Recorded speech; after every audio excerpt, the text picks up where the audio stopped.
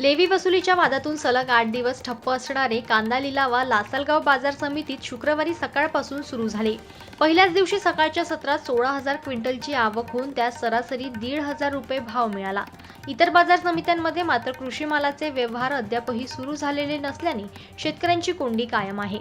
बाजार समितीत कृषी मालाच्या खरेदी विक्री वेळी आकारल्या जाणाऱ्या हमाली तोलाई वारई वसुलीचा वाद अनेक वर्षापासून सुरू आहे. थकीत लेवीच्या वसुलीसाठी माथाडी कामगार मंडळाने 1200 ते 1400 व्यापाऱ्यांना नोटिसा काढल्या होत्या.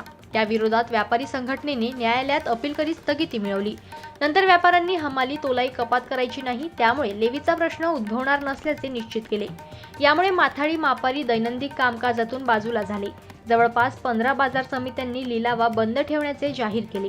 यामुळे 8 दिवसांपासून कोट्यवधींचे व्यवहार थंडावले होते. यावर तोडगा काढण्यासाठी जिल्हाधिकारी जलज शर्मा यांनी बोलावलेली बैठक निष्फळ ठरली होती.